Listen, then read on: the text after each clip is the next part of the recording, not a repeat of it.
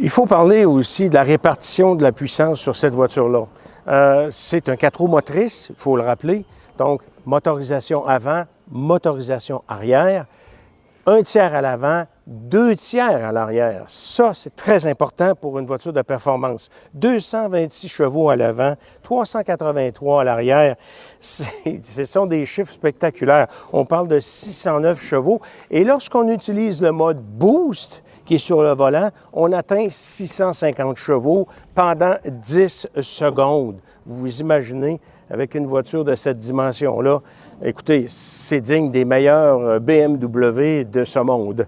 Ce qu'il faut savoir aussi, c'est qu'on peut électroniquement, même en conduisant sur la piste, modifier la répartition de la puissance en fonction du circuit sur lequel on est. Donc, on peut, par exemple, dire, bon, bien, je vais ramener de la puissance ou je vais limiter la puissance à l'arrière pour avoir un peu plus de puissance à l'avant et vice-versa. Souvent, on le fait ça pour éviter d'avoir des sous-virages ou des survirages ou encore d'avoir des dérapages plus contrôlés.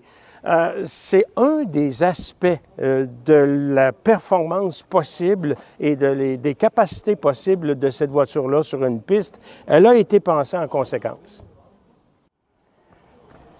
Lorsque je vous dis que le Ioniq 6N est une voiture de performance, je vais vous montrer pourquoi, entre autres. On y va dans le détail chez Hyundai. Avec une dimension de roue de 20 pouces, des pneus de 275-35 R20 qui ont été développés spécifiquement pour cette voiture.